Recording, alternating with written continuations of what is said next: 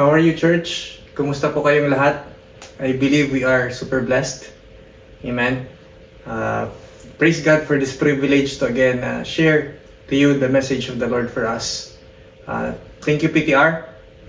All glory to our living God. Amen. So, let's all read first yung opening verse natin from James 1:22. James 1:22. Sabayan niyo pa ako. It says here, "Do not merely listen to the word and so deceive yourselves. Do what it says." Basahin po natin muli. "Do not merely listen to the word and so deceive yourselves. Do what it says." Amen. Pray muna tayo. Let's all pray first. Father, we thank you again for blessing us this time, O Lord, to listen to your word, to hear your word, O God. We thank you, Lord, for the understanding, for the open spiritual eyes, open spiritual ears, O God, for the hearts that, O Lord, are receptive, O Lord, to your word. Lord, teach me what to say and what not to say. All the glory and praises to you alone, Abba Father. In Jesus' mighty name we pray. Amen. Church, the Lord's message for us today is entitled Godly Obedience. Godly Obedience. Amen. So, what I would be sharing today is yung story in the Bible when Prophet Samuel pronounced kay King Saul yung rejection niya from being king. Amen. So, I believe sa iba na din to. Very much familiar na din. So, in this story, so yung kingship ni Saul, it was revoked by God because of yung continual disobedience ni Saul sa kanya. Our passage will be from, yung main passage natin is from 1 Samuel chapter 15 verses 10 to 35. Verses 10 to 35. So it's almost the full chapter ng 1 Samuel 15. So I pray that you would listen carefully. I pray that you would really take from your hearts what will be shared to you today. Yung main objective for us today, my main objective for us today is to be reminded yung importance of godly obedience, the importance of godly obedience, na ma-remind tayo, and to learn as well and have a deeper understanding of key aspects of accompanying truths about obedience sa Panginoon that are just so vital for us in our everyday walk with the Lord. Amen. Church, we can learn so much from this story. Amen. I pray that we would be more appreciative na once we hear this yung word today, we would be more appreciative of the finished work of the Lord Jesus Christ. And I pray that we would also be stirred up, yung hearts natin continuously be stirred up and continue to be doers of the word and not hearers only. I pray that we would every truth na mag-minister sa atin, we would hide it in our hearts, let it take root in our hearts, na hindi makalimutan, na talagang matago in our hearts, not forget it, na hindi na paglabas sa pinto na kalimutan na, no, not that one, that we should really meditate na even for the full week na mag-minister sa atin, and let it bless us and also the people around us. So let's start in verses 10 to 11. 1 Samuel 15, 10 to 11. Sabayan niyo po ako. Let's all read this. So rejected as king. In verse 10 it says here, "Now the word of the Lord came to Samuel saying, I greatly regret that I have set up Saul as king, for he has turned back from following me and has not performed my commandments. And it grieved Samuel, and he cried out to the Lord all night." Amen. Church, dito in this chapter, in chapter 15, si King Saul, he had received a commandment from God to kill all the Amalekites, na ubusin, to annihilate all the Amalekites, including yung possessions nila, yung mga pagmamay-ari nila, lahat. Ubusin, patayin. Saul, see, in this account, Saul, he did kill the Amalekites, but not everyone. Not all. He did not really totally annihilate them. And ang ginawa pa ni Saul dito, he spared, he spared yung hari, si King Agag. Saul also spared yung magagandang livestock. He spared the best sheep. he also spared yung cattle. Si Saul, he obeyed, but partly. He obeyed God's instructions, but not fully, because he had his own intentions.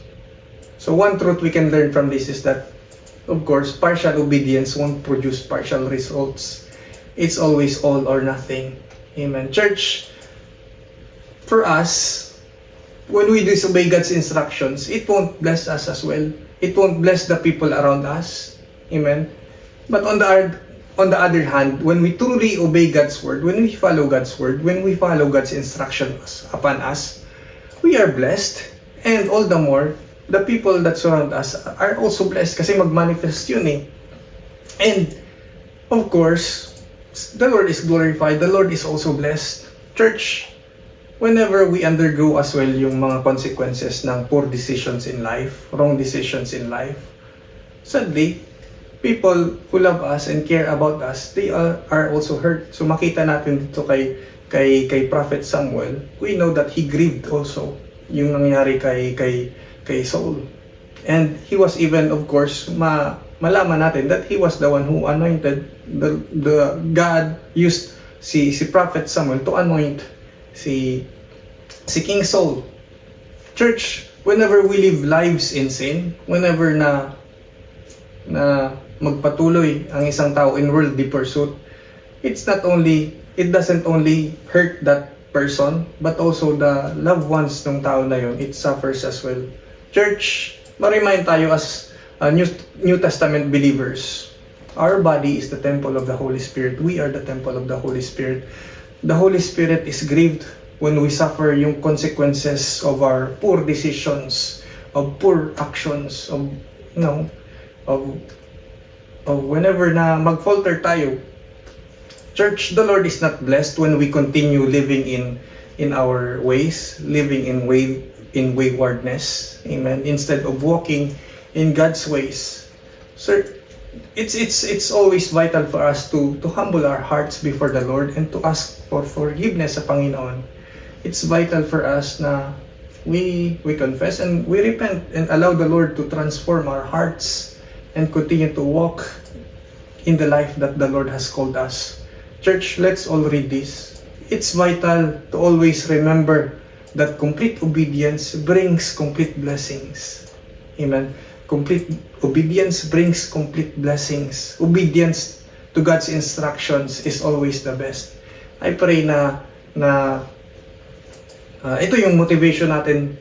Complete obedience, true obedience, godly obedience. It brings forth complete blessings. Amen. So, continue tayo. In verses 12 to 13, it says here, 1 Samuel 15, 12 to 13, basahin po natin, sabayan niyo po ako. It says here, so when Samuel rose early in the morning to meet Saul, it was told Samuel saying, Saul went to Carmel, and indeed he set up a monument for himself. So nagpatayo siya ng sarili niyang monumento. And he has gone on around, passed by, and gone down to Gilgal. Then Samuel went to Saul, and Saul said to him, Blessed are you of the Lord. I have performed the commandment of the Lord. Amen. I would recall nung bata pa ako, whenever I know that I did something wrong, okay, I transgressed or I did a mistake, I would be on a defensive mode. So I would try to cover up about the situation. I would try to avoid being confronted. I would try to silence that voice, that guilt in my heart. I would try to sear up my conscience until na hindi ko na marinig yung konsyensya ko. I try to justify my flesh instead of confessing or repenting and be corrected from that mistake.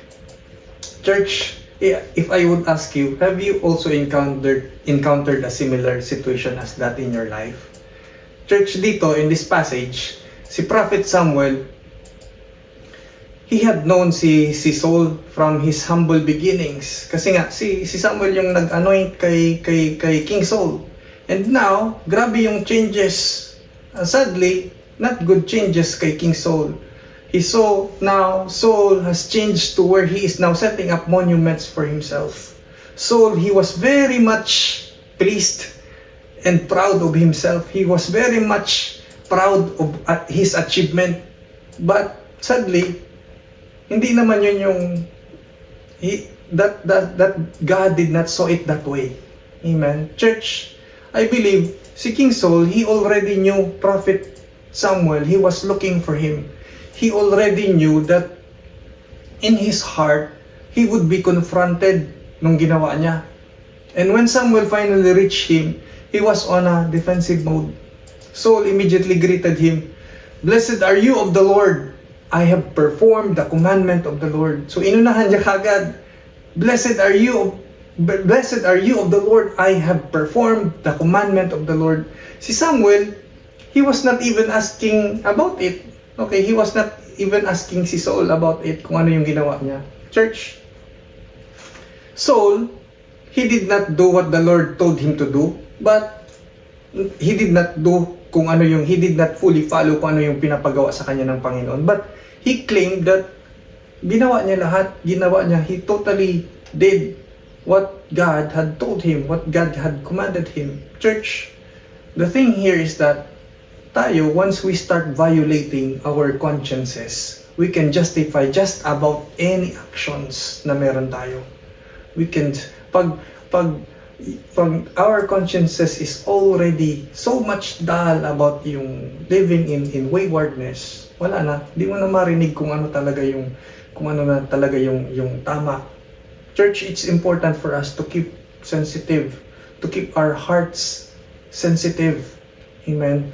By not violating yung consciences natin, even in very small things. Church, it's essential for us to maging conscious ba in our everyday walk with the Lord of who we are now in Christ, and not going back kung ano yung mga dating gawi, old habits or stubbornness or old ways. We are new creations in Christ Jesus. Church, I have been here sa church since 2011, and I have seen people walk away from the Lord, walk away from the church, walk away from the Lord. In the Bible, people also walked away from the Lord. The rich young ruler, he walked away from the Lord Jesus Christ. The multitudes who were miraculously fed by Jesus, they walked away from Him because sabi nila, they said that they found it hard to understand yung teachings ng Panginoon.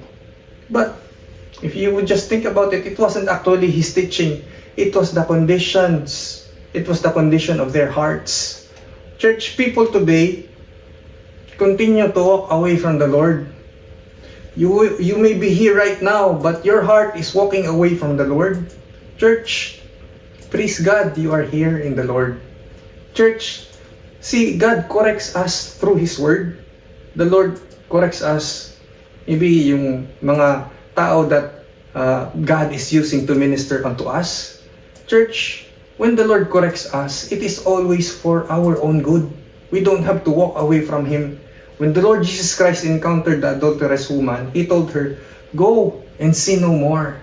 Amen. Church, let's all read this in John 8:10-11. John 8:10-11. It says here, when Jesus had raised Himself up and saw no one but the woman, He said to her, "Woman, where are those accusers of yours? Where are those accusers of yours? Has no one condemned you?" She said, "No one, Lord." And Jesus said to her, "Neither do I condemn you. Go and sin no more." Go and sin no more. Church, let's all read this.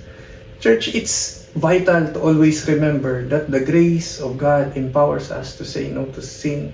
Amen. The grace of God empowers us to say no to sin. Church, let's be reminded that the goodness of God, the grace of God, of the Lord, the goodness of God leads us to repentance. Amen. Let's continue in verses 14-15. 1 Samuel 14-15. Sabayan niyo po ako. It says here, "But Samuel said, 'What then is this bleating of the sheep in my ears, and the lowing of the oxen which I hear?' And Saul said, 'They have brought them from the Amalekites, for the people spared the best of the oxen, of the sheep and the oxen, to sacrifice to the Lord your God, and the rest we have utterly destroyed.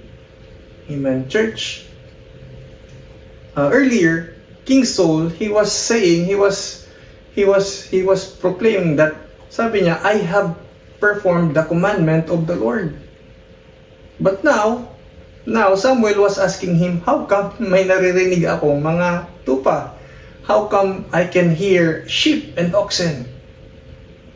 King Saul and the people, as we all know, what they did was, King Agag was spared, and even the best of the sheep, the oxen, and all that was good, they spared it.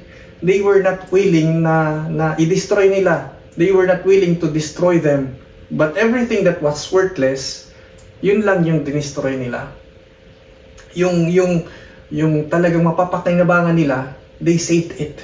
Church, this account, this is a classic example of people who only do the things the Lord instructed them to do that were acceptable to them. Once na hindi na acceptable sa kanila, they won't do it. Church, partial obedience is disobedience. Let's read it again. Partial obedience is disobedience. People who obey the Lord only when it's convenient, they are not actually obeying the Lord at all. Church, I would recall si PTR.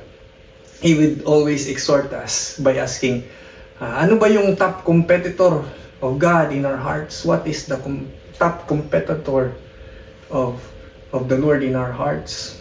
And we all know that it's not the bad things. No, it's problems. They typically bend us toward God. Amen. But rather, it's the good things in life, the pleasures of this world. It's the temporal things and pleasures of this world. So, am I saying na yung good things are bad? No. God is blessed, of course, when we are blessed. Every good and perfect gift comes from above.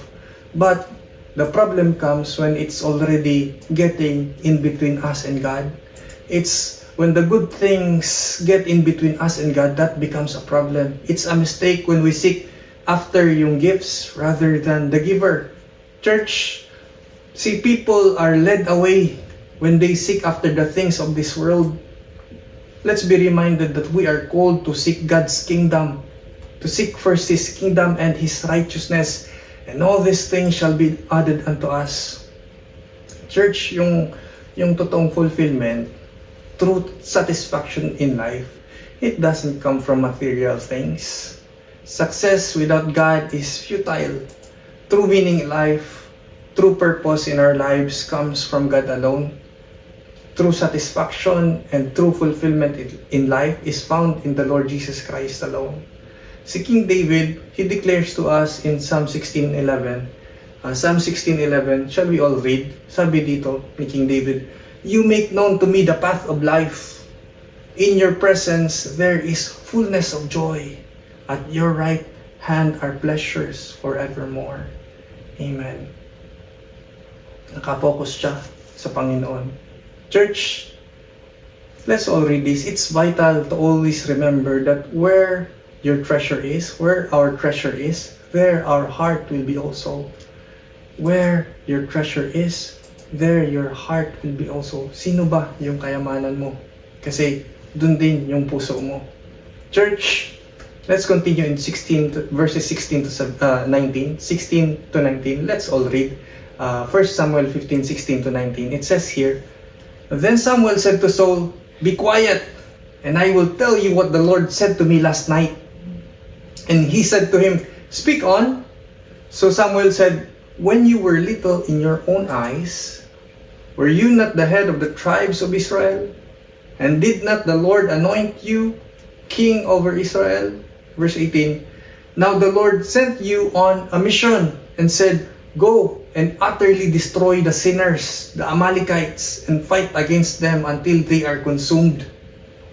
Verse 19, why then did you not obey the voice of the Lord? Why did you swoop down on the spoil and do evil in the sight of the Lord?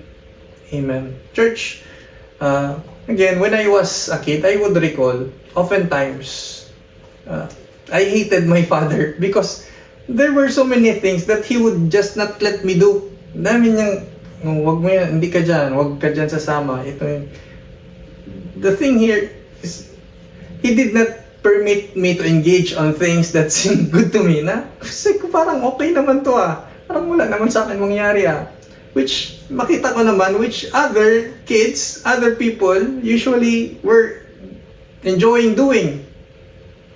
It just didn't make sense to me. Parang sa akin, it was really unreasonable. But as time went by and I grew older, it did make sense to me. It did make sense to me as I grew older that my father was protecting me.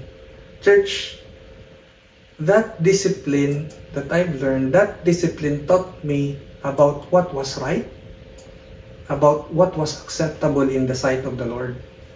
Church, in these verses, si Samuel, he confronted si Saul.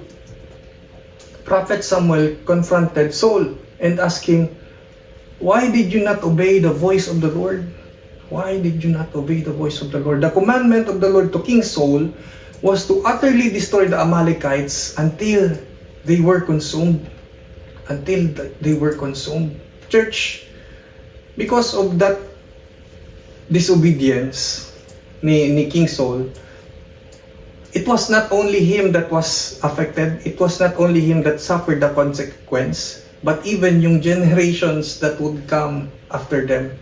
Later, sa book of Esther, alam natin to, Haman, the Agagite, a descendant of the king of the Amalekites, he tried to annihilate the Jewish people. He planned to kill all the Jewish people.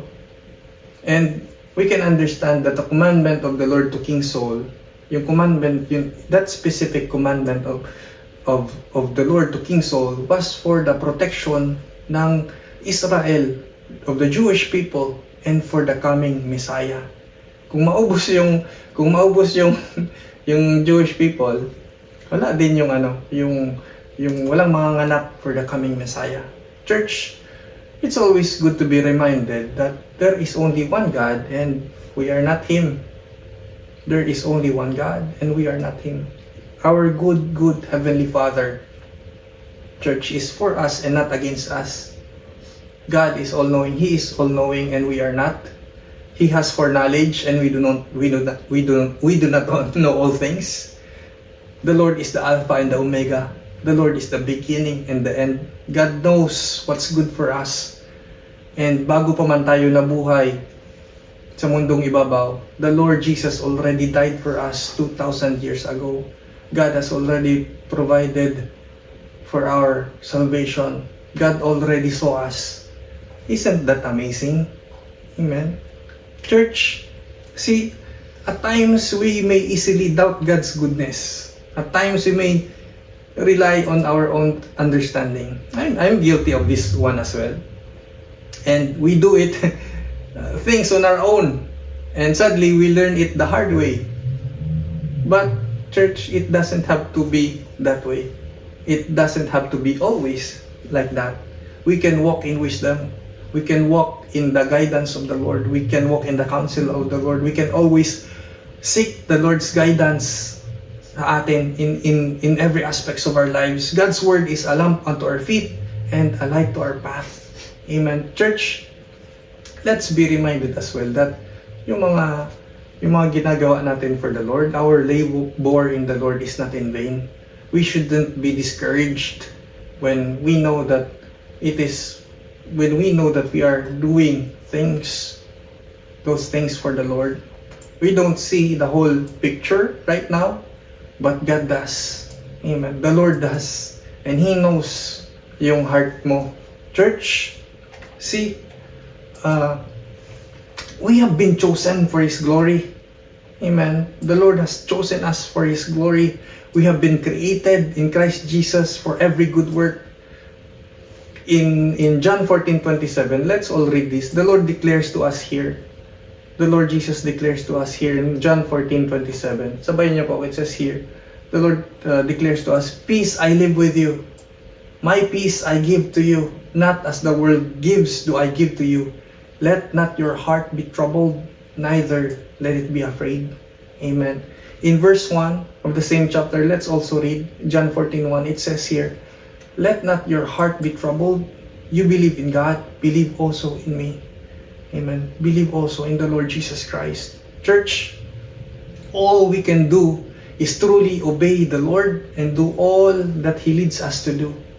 As believers of the Lord Jesus Christ, we are called to live by faith, not by sight.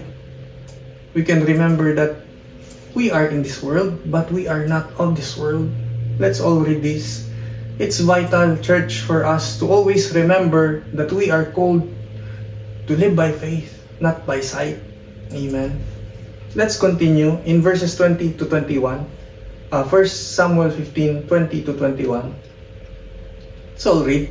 It says here, and Saul said to Samuel, but I have obeyed the voice of the Lord and gone on the mission on which the Lord sent me and brought back Agag, king of Amalek. I have utterly destroyed the Amalekites. But the people took of the plunder, sheep and oxen, and the best of the things which should have been utterly destroyed, to sacrifice to the Lord your God in Gilgal. Amen. Church, ang dami natin pwede matutunan dito in this particular verse, in this passage. But one thing that we can highlight here is that one of the problems, church, one of the problems about deception is that people who are deceived do not know that they are deceived. Amen. One problem about deception is that people who are deceived, they do not know that they are deceived. I pray that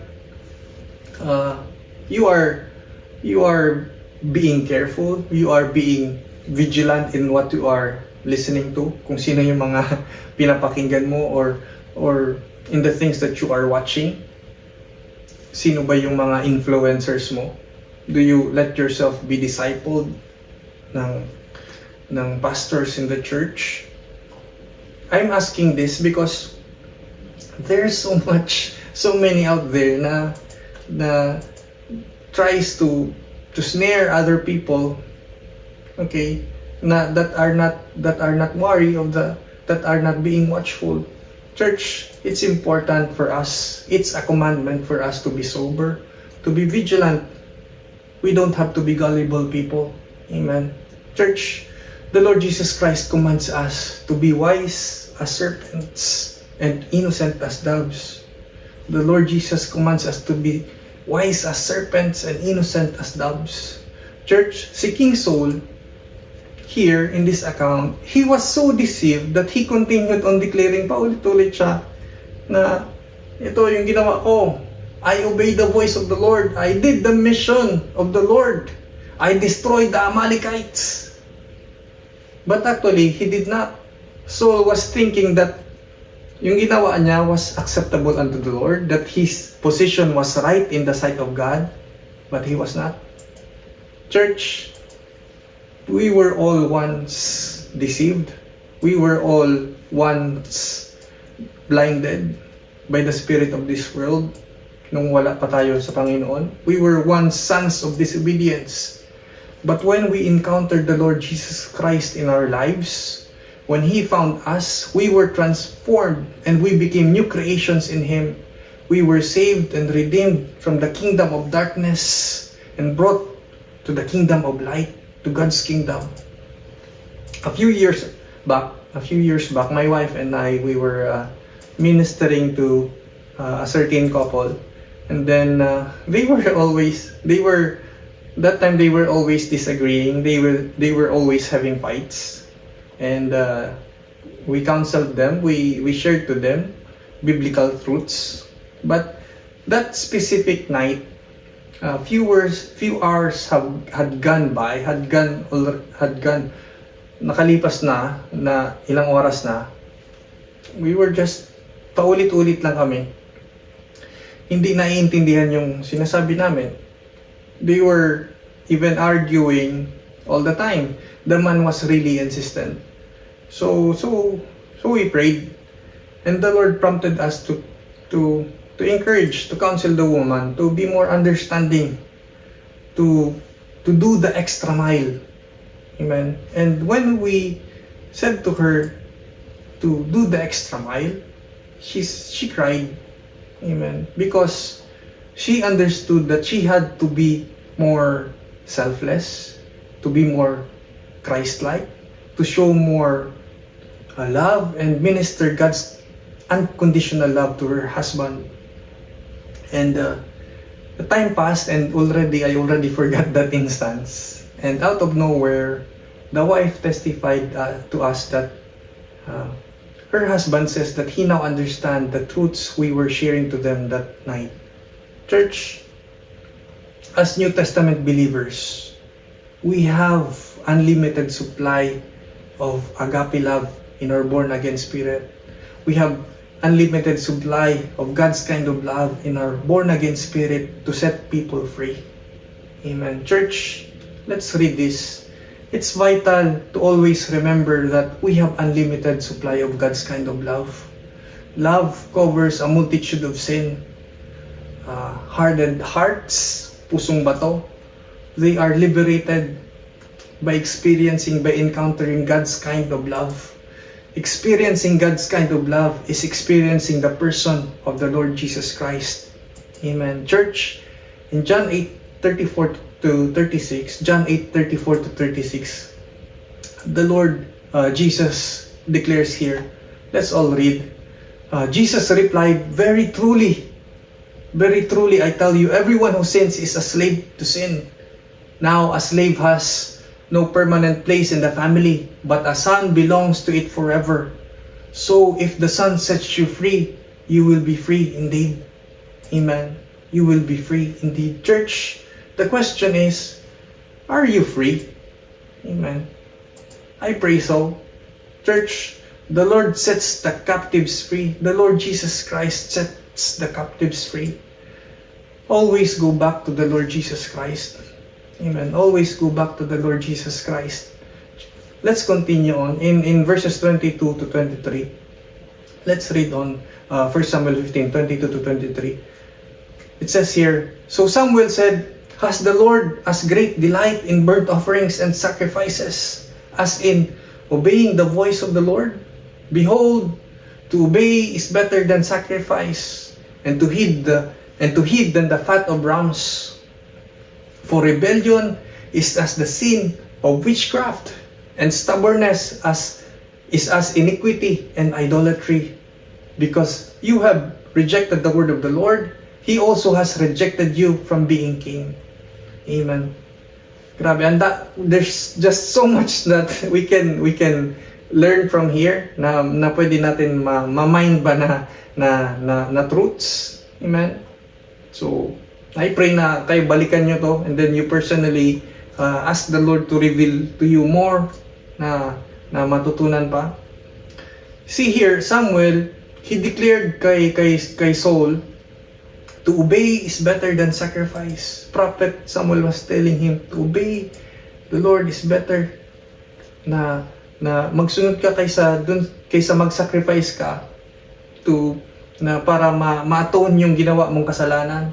Church, one truth to highlight here for us is that obedience, let's all read this, obedience is much more important to the Lord than repentance and sacrifice once we have messed up. Amen. Obedience is much more important to the Lord than repentance and sacrifice once we have messed up. Church, we can never bribe the Lord. We can never pay yung kasalanan natin. We have all fallen short. We can never justify yung unrighteousness natin in our lives with the good things we are doing, with the good things that we have done. That's why we need the Savior. And praise God for the Lord Jesus Christ. Amen. Church, let's read this. It's vital to always remember that God weighs the attitudes of our hearts. God weighs the attitudes of our hearts. God weighs yung intents of our hearts and not just yung actions natin. Amen. See, the Lord sees in our hearts. The Lord sees our hearts. Church, in the Old Testament, it was a tradition. It was customary for the people, for the Israelites, to offer sacrifices to the Lord after a victory in war. So, yun yung ginagawa nila. But these people, the people that were with King Saul, instead of taking an animal from their own flock, they saved some from the loot, okay, from the prey, from the battle to sacrifice. Yun yung gusto nilang ibigay sa Panginoon, so that yung sa kanila, yung herds nila would not be diminished, hindi mabawasan. Church, this only shows that they love themselves and that they love their possessions much more than God. Amen. So, yung this motivation, this is a very far contrast of what King David, the man after God's own heart, declares. King David, he declares that he would never offer to God anything that cost him nothing, or else it's nothing. That wouldn't have been a sacrifice. I pray that we have this same motivation as well when in our offerings, in our service with the Lord, in our ministering to others to the glory of the Lord. Church, as New Testament believers, the Lord Jesus Christ was already rejected on our behalf. He already died for us. He was already rejected for us. All of our sins was imputed unto Him. And God will never reject us. Nothing can ever separate us from the love of God through Christ Jesus. Question is, does that mean that we can just reject God as New Testament believers? Does that mean that it's okay to reject God's word? By no means, God forbid. Does that mean that yung disobedience natin is meaningless? By no means, God forbid. Church, our obedience to God, our obedience to His word, it means so much. It means a lot. We will reap what we sow. Amen. We will reap what we sow. We have to do something. In faith, we have to plant. In faith, we have to protect. In faith, we harvest. Church, when we fail to obey God's laws of sowing, this will also keep us from harvesting, from reaping. It's vital for us to obey the leading of the Lord, for us to reap yung blessings niya that He has already provided by grace. In Galatians 6:7-8, Apostle Paul declares to us here, sabayan niyo po ako, let's all read Galatians 6:7-8. It says here, "Do not be deceived, God is not mocked. For whatever a man sows, that he will also reap. For he who sows to his flesh will of the flesh reap corruption, but he who sows to the Spirit will of the Spirit reap everlasting life." Amen. Glory to God. Let's continue. In verses 24-26, 1 Samuel 15:24-26, let's all read this. Then Saul said to Samuel, "I have sinned, for I have transgressed the commandment of the Lord and your words, because I feared the people and obeyed their voice. Now therefore, please pardon my sin and return with me, that I may worship the Lord." But Samuel said to Saul, "I will not return with you, for you have rejected the word of the Lord, and the Lord has rejected you from being king over Israel." Amen. Church, grabe, masyadong tragic yung ganito, di ba? Church, sadly at times, people, they miss the lessons that the grace of God is teaching them until they hit rock bottom. Sadly, at times, people, they miss out the lessons that in that particular season, the grace of God is trying to teach them, until that they have learned it the hard way. Until people realize that the enemy had been all the while stealing, killing, and destroying them. Church, it doesn't have to be that way. Church, here, si King Saul, he already understood the weight nung kasalanan niya, the weight of the gravity of his disobedient actions. But sadly, kulang pa din kasi he was not repentant. He was asking for forgiveness. Okay, he was asking for forgiveness. He was acknowledging that he was wrong. But then again, he wanted it his own way. He wanted it his way. Church, Saul, he was more motivated to seek yung approval ng mga tao, to seek the people's approval rather than the Lord's approval. Prophet Samuel, sabi ni Prophet Samuel, he had to tell Saul again and again that the Lord had already rejected Saul from being king over Israel. Saul was already so much consumed of the authority, of the power that was delegated to him, that he was using for his personal gain. Sadly, Saul, he feared more ng ma-humiliate siya from the people rather than the humiliation from the Lord. And of course, that's foolishness. It became a snare to him. Church, so many people misunderstand the grace of God. Many people misunderstand the grace of God. Church, during the Lord Jesus Christ's earthly ministry 2,000 years ago, the Lord Jesus, He healed a man at the pool of Bethesda. Okay? He healed a man at the pool of Bethesda this man had infirmity for 38 years. He was unwell for 38 years. And the Lord Jesus Christ not only healed him, so the Lord Jesus Christ healed him, and also the Lord Jesus Christ warned him. Okay, binigyan din siya ng babala, binigyan din siya ng guidance ng Panginoon, ng counsel. In John 15:14, it says here, let's all read John 5 verse 14. The Lord Jesus Christ declares here, after Jesus found him in the temple and said to him, "See, you have been made well. Sin no more, lest a worse thing come upon you." Sin no more, lest a worse thing come upon you. Church, question is, was this warning because the Lord Jesus Christ wanted to take back yung healing ng tao na to once this man goes back to worldly living or sinful living? Of course not. No.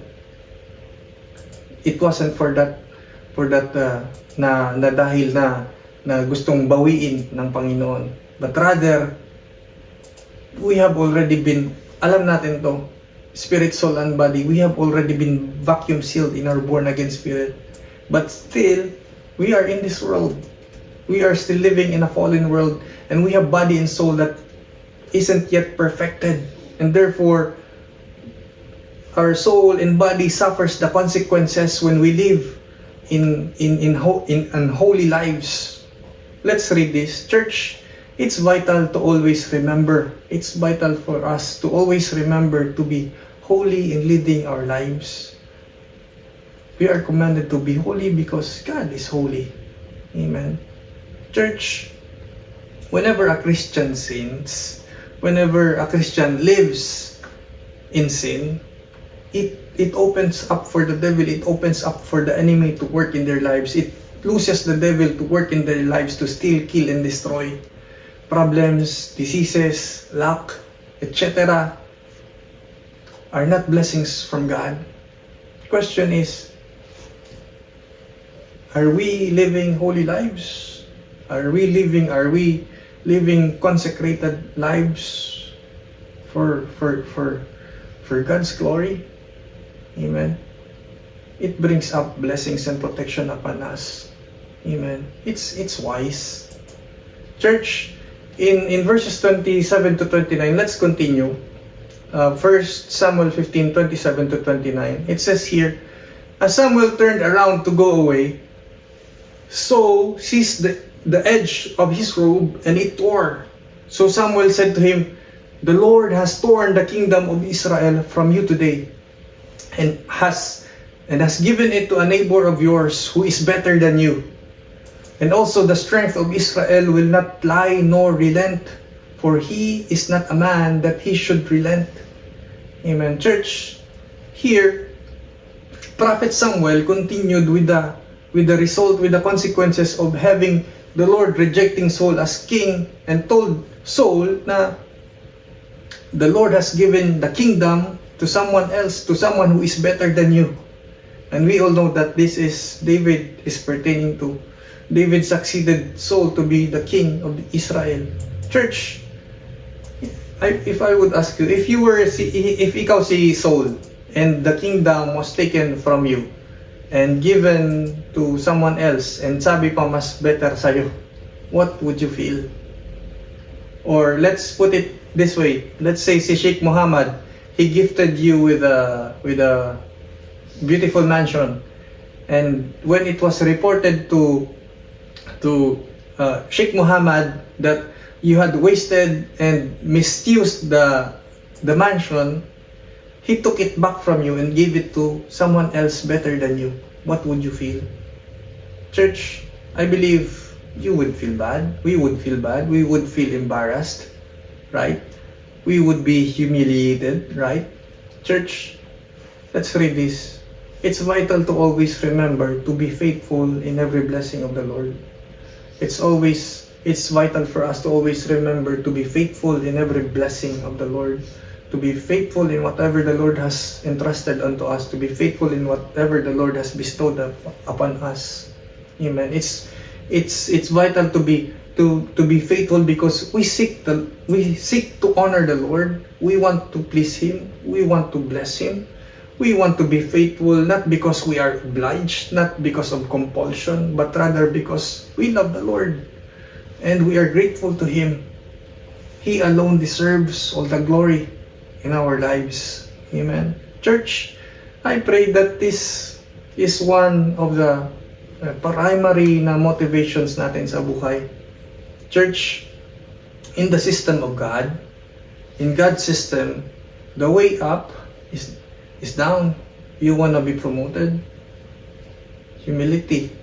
Proverbs 15:33 tells us that before honor is humility.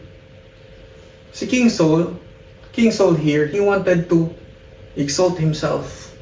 He wanted to promote himself. Instead, he was humiliated because of his pride, because of his arrogance, because of his disobedience from the Lord. Church, let's continue. In 30 to 31, sabayan niyo po ako, let's all read 1 Samuel 15:30 to 31.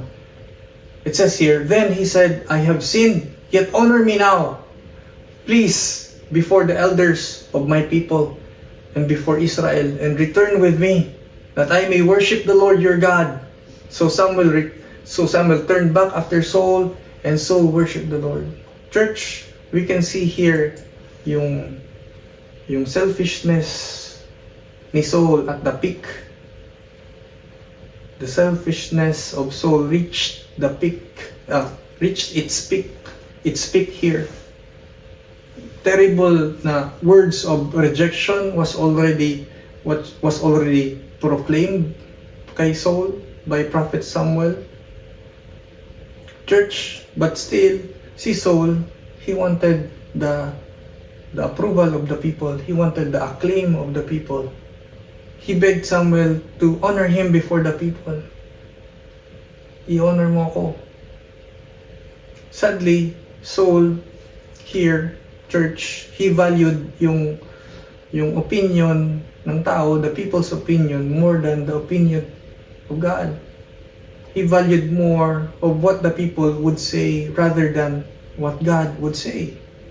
Church, people who live life in sin, people who live in rebellious living, in disobedience to God, they are putting themselves in a position to dull their perception of God.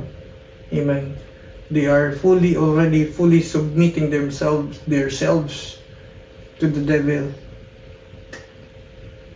The enemy deceives people that sin is worth the price, but it's not so. Amen. Ganon kakaling, ganon destructive yung enemy. Church, let's read this. It's vital to always remember that disobedience leads to death. Disobedience leads to death. The wages of sin is death. Church, here si Andrew Maki once exhorted, sin will always take us farther than we want to go, and cost us more than we want to pay, and keep us longer than we want to stay. Amen. Church, I would remember also si Peter, if you give the devil an inch, he will become a ruler in your life. Church, that's how cunning and deceptive the spirit of this world is. But praise God, he that is in us is greater than he that is in the world. He that is in us is greater than he that is in the world. And we have the mind of Christ in us. Let's use it, church. So it's vital for us. Amen. Let's walk in the Spirit. Let's continue to grow in the Word of God. Amen. Church, let's continue 32 to 33. 1 Samuel 15, 32 to 33. It says here, Then Samuel said, Bring Agag, king of the Amalekites, here to me. So Agag came to him cautiously, and Agag said, Surely the bitterness of death is past. Surely the bitterness of death is past. But Samuel said, As your sword has made women childless, so shall your mother be childless among women. And Samuel hacked Agag in pieces before the Lord in Gilgal. Amen. I would recall in other translations, itong hacked Agag in pieces, it was more subtle, hindi masyado parang he killed Agag, parang gano'n. He put to death si Agag. But here in New King James Version, it says there that Samuel hacked Agag in pieces. So, grabe, this may seem so harsh, right? Grabe, this parang to think that Samuel was a godly man, God's prophet, and yet he killed Agag. Church, Agag, he was thinking here that he would be spared. He was hopeful that his life would be spared, na masave siya. But he was gravely mistaken. Church, for us New Testament believers, as hard as it may seem to us, there is a righteous use of anger. There is a righteous use of punishment and even death. Church, God is just, and justice demands punishment. And sadly, by this time, the wrath of God was not yet satisfied through the atonement of the Lord Jesus Christ. Church, let's all read this. It's vital, church, for us to always remember that God is long-suffering, but not forever suffering. God is long-suffering, but not forever suffering. There will be a time of reckoning. At the end of this age, everyone shall give an account. Believers will receive the crown of life and offer them to the glory of the Lord. But people who rejected God's gift of salvation, they will be thrown into eternal damnation. Church, hell, yung impyerno, it is a sure place for the devil and for those who rejected the Lord Jesus Christ. But as for now, we have been commissioned, we have the mission to reconcile others to God.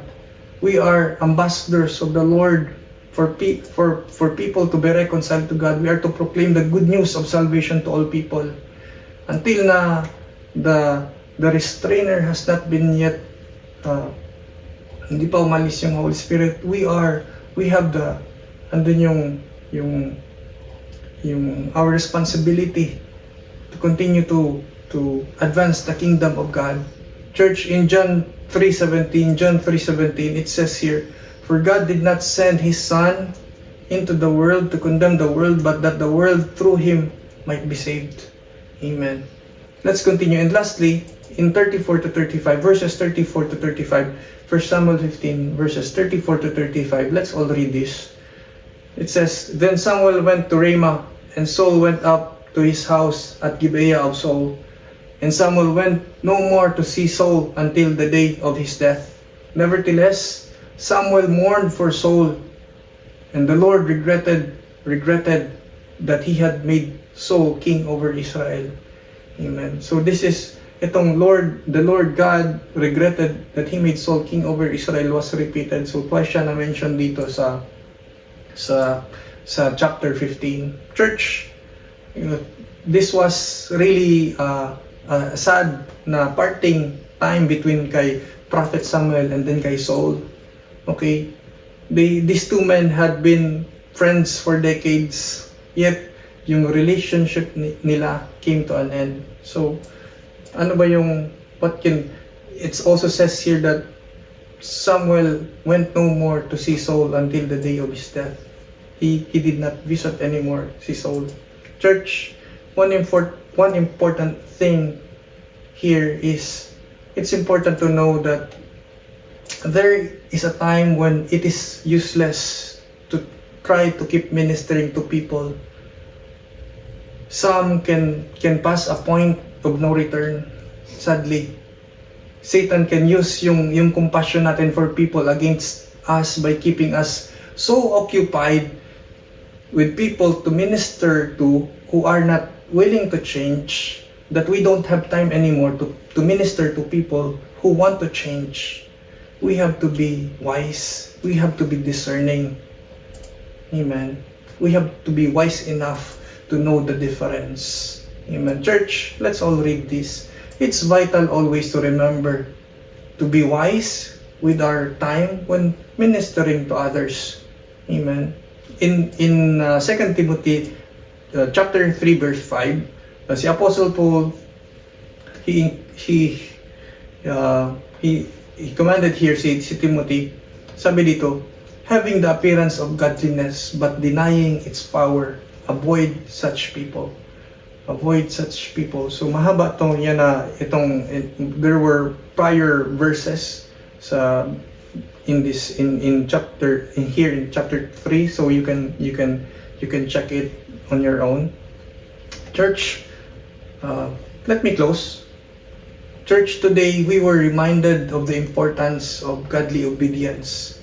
We have learned key aspects, accompanying truths about our obedience with the Lord. So today, church, it's vital for us to always remember that complete obedience brings complete blessings. It's always important to remember that the grace of God empowers us to say no to sin. It's vital for us to remember that where our treasure is, there our heart will be also. Also, we are called to live by faith, not by sight. It's vital for us to remember always that we have unlimited supply of God's kind of love in our born-again spirit.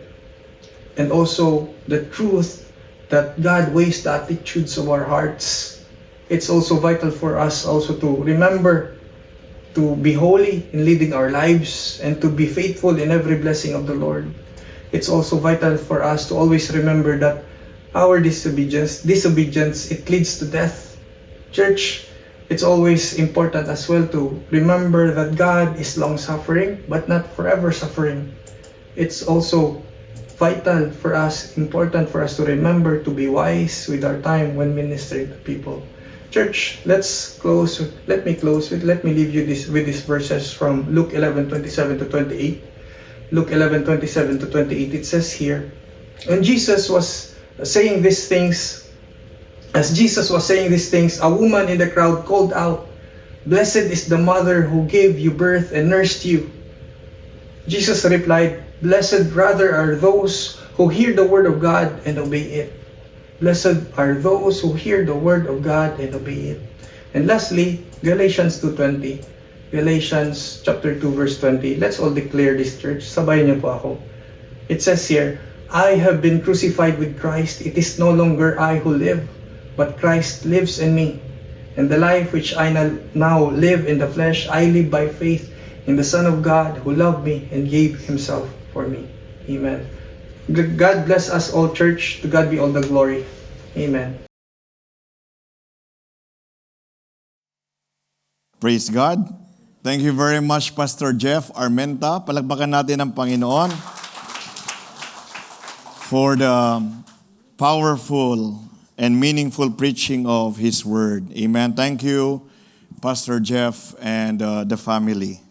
Church, today, I pray that God, through Pastor Jeff, had spoken to each one of us. I pray that God reminded us of the importance of godly obedience. Amen. And I also pray that all of us have learned the key aspects of godly obedience and that we now have a deeper understanding of the accompanying truths about obedience na napaka-importante, very important in our everyday walk with the Lord.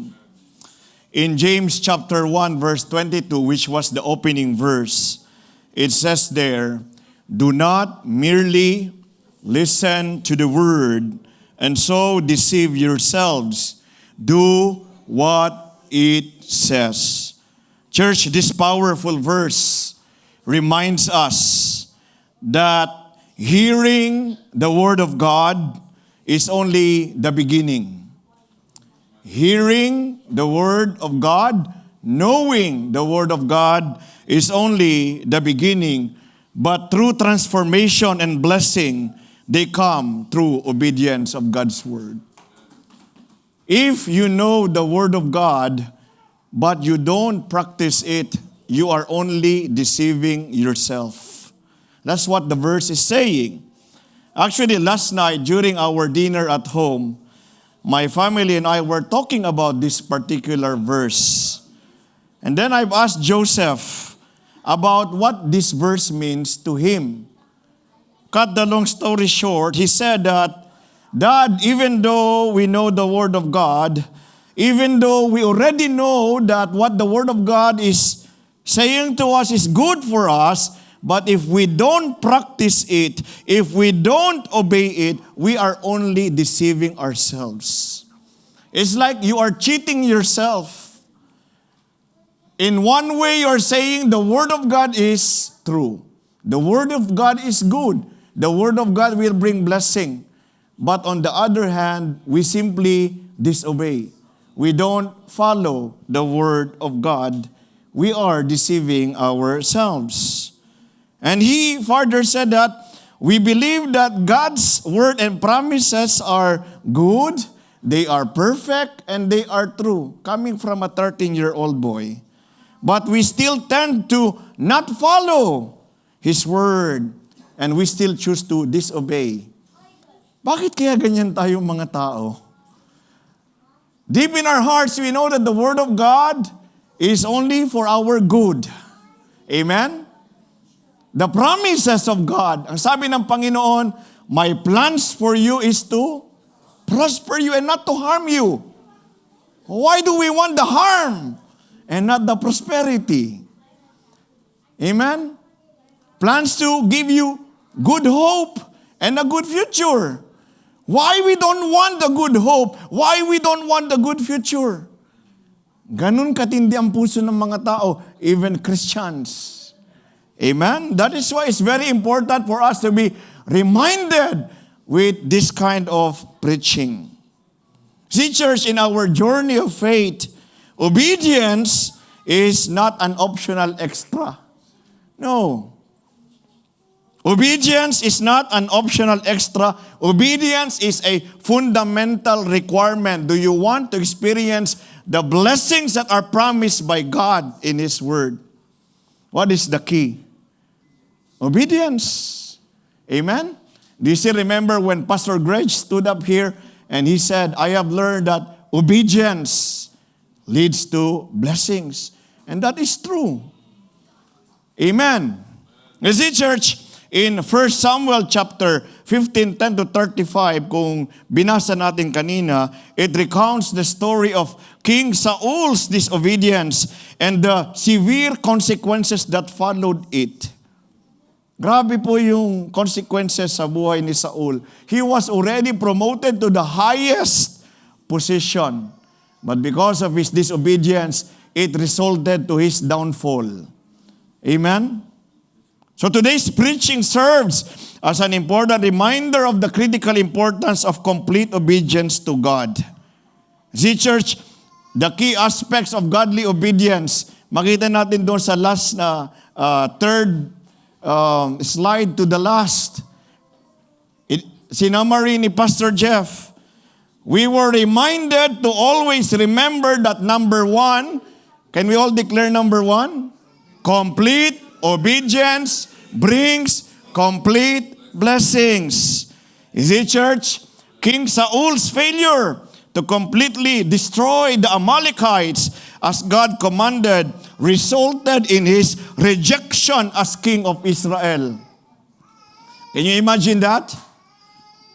That one disobedience resulted to his expulsion as the king of Israel. Samuel told Saul that obedience is better than sacrifice. What does it mean? Had King Saul fully obeyed, he would have received God's full blessings and continued his role as the king of Israel, the first king of Israel. Pero grabe yung downfall ni Saul. And that is why in Isaiah chapter 1 verse 19, ang sabi doon, if you are willing and obedient, you will eat the good things of the land. Yung pala yung key. Do you want to eat the good things of the land? What does it mean? Wherever you are, you will be blessed. Do you want that kind of life? I want that kind of life. But the Word of God is saying, if you are willing and obedient, it is your decision.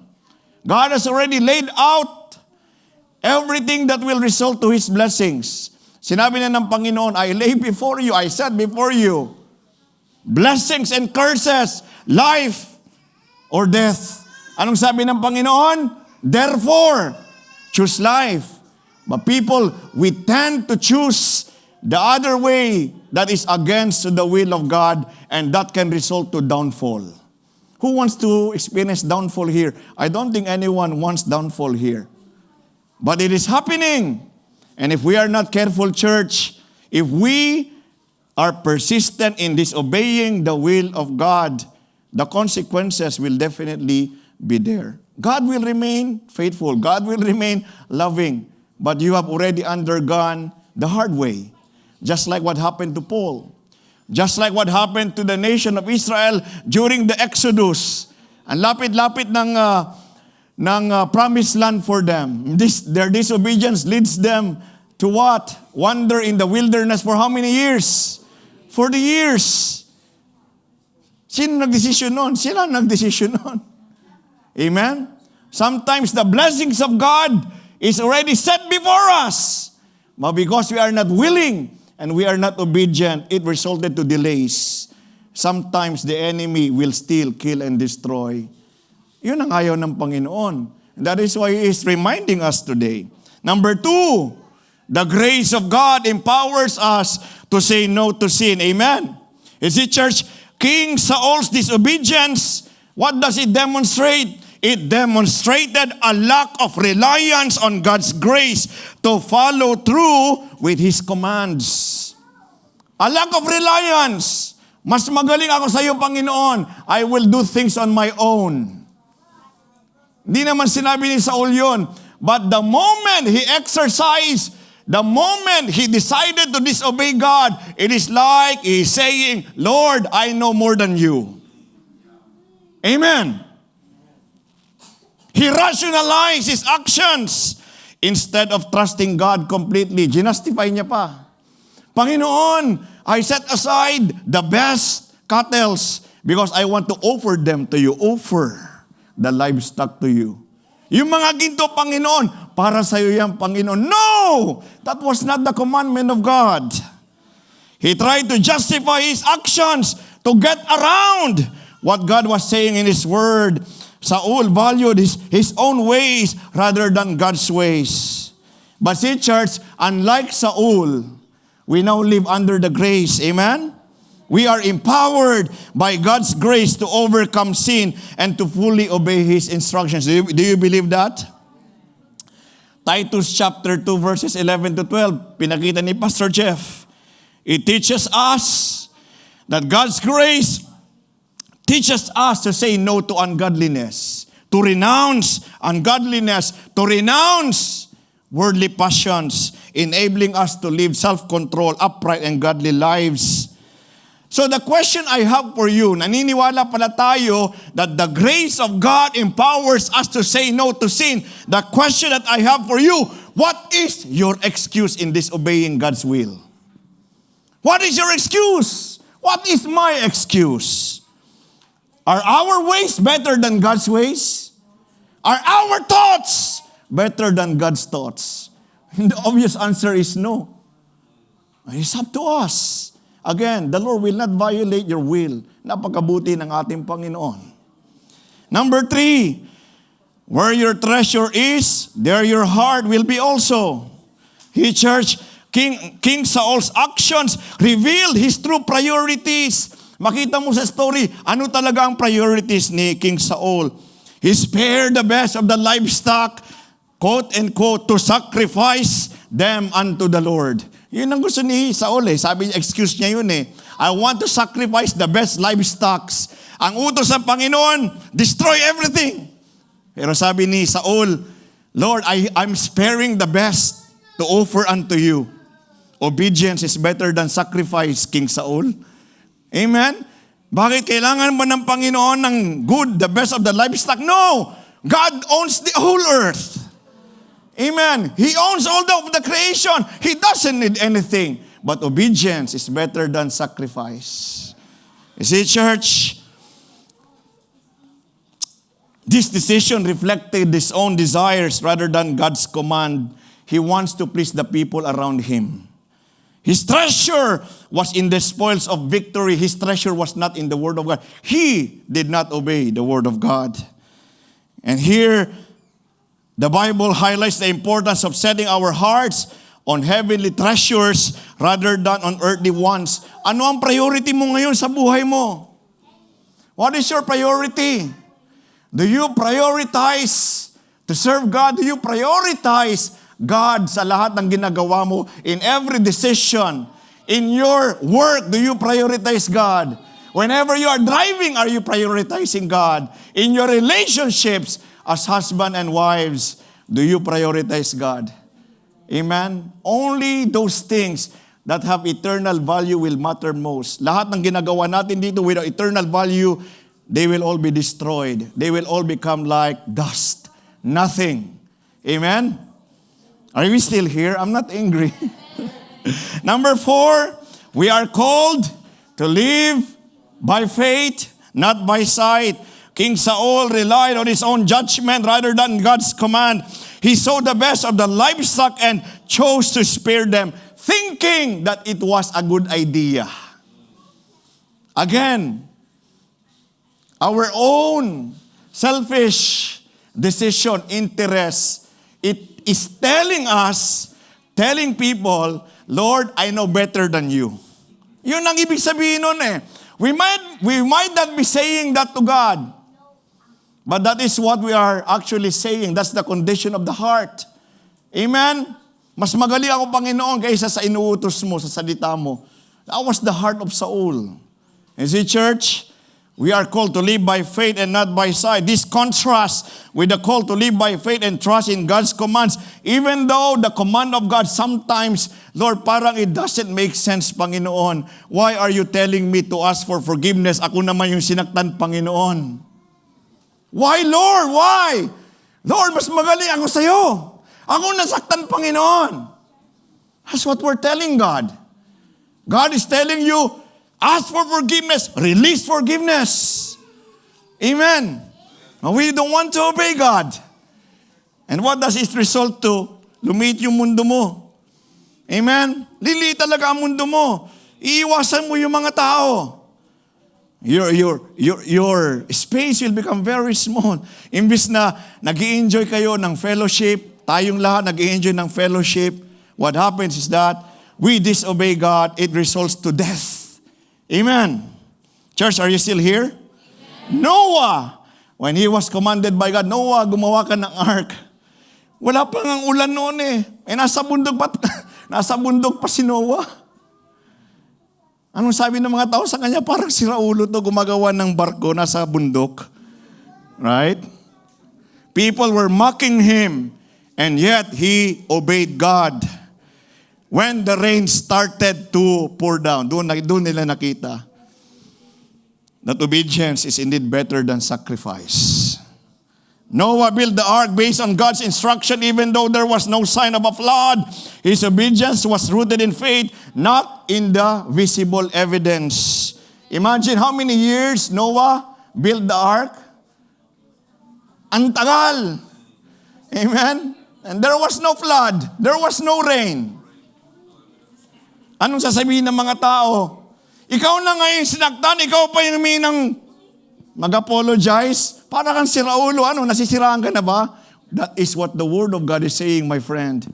God's ways are higher than our ways. God's thoughts are higher than our thoughts. When we obey God, blessings will flow. Amen. Obedience. Godly obedience is very important. Sometimes, what God is telling you doesn't make sense. Obey it anyway. His commands is always motivated by love and always to your best interest. Hindi ka ipapasubo ng Panginoon when you obey Him. Amen? Do you believe that? Number 5. Praise God, dinagdagan yung oras ko. Ay, thank you, Lord. Number 5, can we all read? Thank you. We have unlimited supply of God's kind of love. Do you believe that, church? See, church, King Saul's disobedience. Bakit nag-disobey si Saul? It stemmed from a lack of understanding of God's love and character. That is the only way. Why we disobey God? It is a demonstration of the condition of our heart. Hindi si Lord ang priority natin. That's it. Amen? We may be saying, Lord, I love you with all my heart, soul, mind, and strength. But our actions speak louder than our words. Amen. God's instruction, though they are severe, remember, every command of God, and though in this situation, parang napakaras naman ng commandment mo, Panginoon, but remember that God's commands are always rooted in justice and love for His people. Look at the mess that Saul did. It still affects us right now. Yung gera ngayon, yun yung nangyayari ngayon. Amen? The whole world is being impacted by this gulo sa Middle East amongst the nation of Israel and all the other nations. Okay? Sometimes it is so severe, but always remember that God's commands are always rooted in justice and love. He knows because He is the Creator. We don't justify to God, Lord, para napaka-harsh naman itong gagawin ko, Panginoon. No. God always knows what is the best. See, church, when we grasp the depth of God's love, we are better equipped to obey Him fully. Remember this, we love God because He first loved us. Yun ang lagi mo tatandaan. God first love you. God always thinks about your own interest. Hindi ka pababayaan ng Panginoon. In this world, sasabihin ng mga tao sa'yo, para ka namang nasiraan ng bait. Bakit mo ginagawa yan? Inabuso ka na nga, pero ginagawa mo pa rin yung the best sa trabaho mo. Di ba? Yung boss mo napakaraas sa'yo, and you still do what is the best for the company, what is the best for the job. Well, that is what the Word of God is saying. Is God glorified in the actions that we do. Amen. Number 6, God weighs the attitudes of our hearts. Although King Saul, he claimed he had obeyed God. Saul claimed, I have obeyed you, Lord. Sinusunod kita, Panginoon. Nagbabasa ako ng Bible, Lord. Nagbe-praise and worship ako. Nagsiserve ako sa ministry. But the heart of Saul was one of partial obedience and self-interest. Yun ang priority ni Saul. God, through the prophet Samuel, He exposed the true condition of Saul's heart, showing that outward compliance without inward submission, it is still what? Partial obedience. Partial obedience is equal to disobedience. Amen? So check your lives right now. Check our own, yung buhay natin ngayon. Are we experiencing the promises of God. God weighs the attitudes of our hearts. You may be doing one thing, even right here in the pulpit saying one thing, but maybe your heart is in another realm. You may be here right now, physically present, but maybe your hearts and your minds are not here. Amen? Church, number 7, be holy in leading your life. King Saul's failure to fully carry out God's command showed a lack of holiness in his leadership. Church, we are called to live set apart for God's purposes, pursuing holiness in all aspects of our lives, unlike Saul who compromised God's instructions. Remember this, as Christians, as followers of Jesus Christ, we are called to be holy, reflecting His character in every aspect of our lives. This means living set apart for His purposes and for His glory. When people see you, when your family sees you, amen? When your colleagues see you, ano nakikita nila sa'yo? Are you the same as them, unbelievers? I'm talking about the unbelievers. How do they see you? Do they see you as a person who knows how to pray? Do they see you as a person who knows how to give thanks to God in all circumstances? Or are you just like them? Whenever the situations go tough, isa ka rin sa mga nagkakaroon ng critical spirit, reklamo dito, reklamo doon, chismis dito, chismis doon, walang pinagkaiba. Well, you are called to be set apart. You are called to be holy. And the one who calls you is holy. That is why He says, be holy, for I am holy. Amen. Number 8, be faithful in every blessing of the Lord. King Saul was entrusted with the kingship and the command to utterly destroy the Amalekites. And that task was actually both a blessing and an opportunity and a responsibility for Saul to show his love and devotion to God. Yun eh. Lahat ng inuutos ng Panginoon, it will really show your heart. What is your heart's intention? His failure to be faithful in this task resulted in his downfall. Church, we must be faithful with every blessing and with every responsibility that God gives us. That is why here in this church, I encourage you, please serve in the ministry. Amen. If you really are saying you love the Lord, serve the Lord with all of your heart, soul, mind, and strength. Huwag ka lang uupo dyan, sayang. Ang daming pwedeng gawin ng Panginoon through you, and for the blessings of many people. I was just like you before. I love to sit down at the very back of the church. Praise God, yung mga nakaupo sa likuran natin, ang sisipag niyan sa Panginoon. Hallelujah, di ba? Serving the Lord.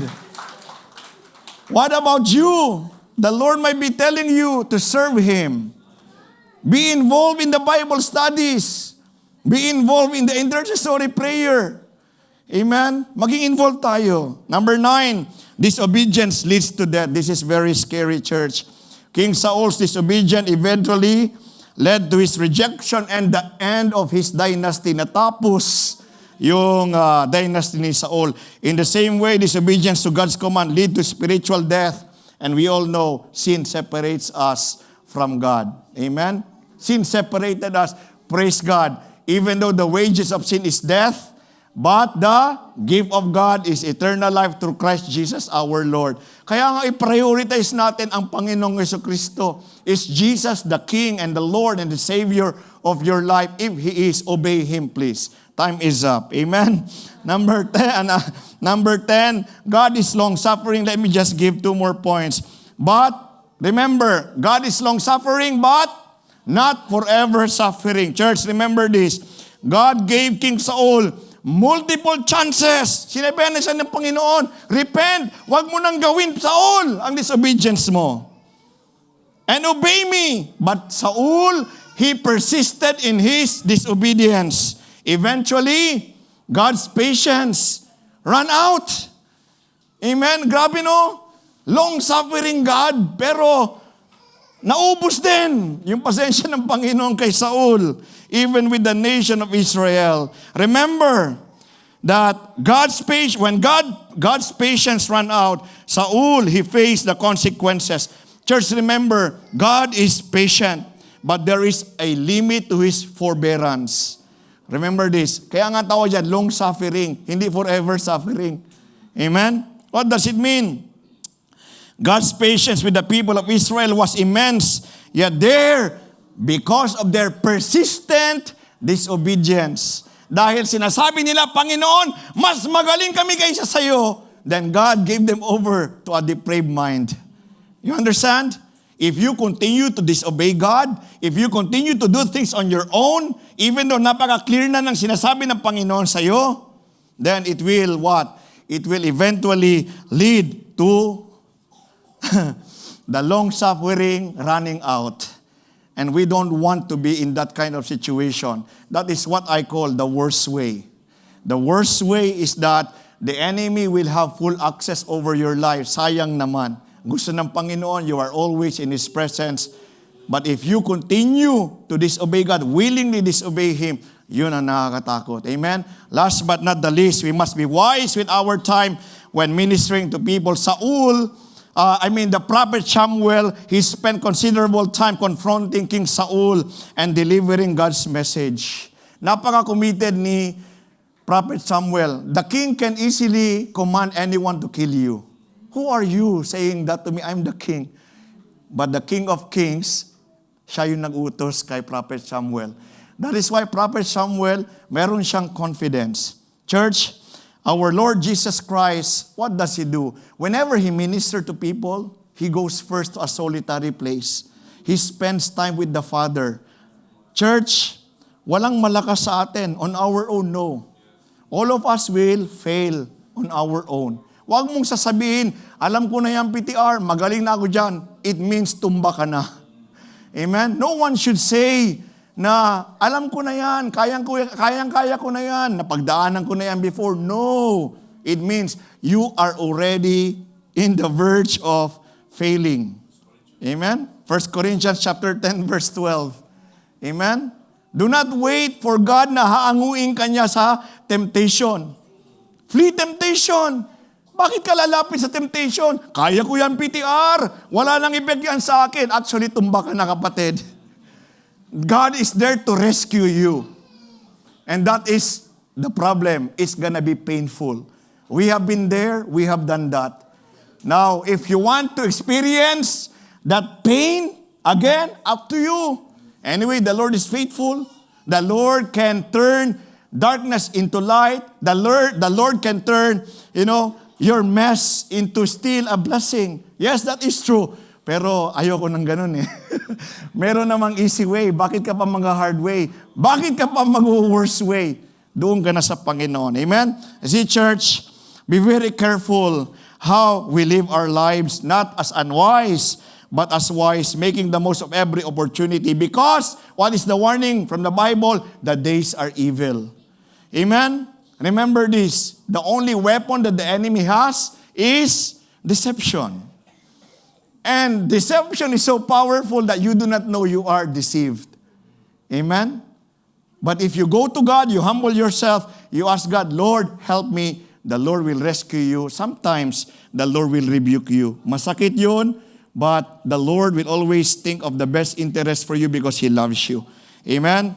Church, as we reflect on these principles, let us commit to not only hearing God's word, but also doing what the Word of God is saying. By doing so, we position ourselves to receive His blessings. Amen? Live empowered lives and reflect His love and holiness to the people around us and to the world. The Lord will be glorified in our lives. Church, obedience is a testament to our love for God and our desire in alignment with His will. If you obey God, it means you truly love Him. God bless us all. To God be the glory.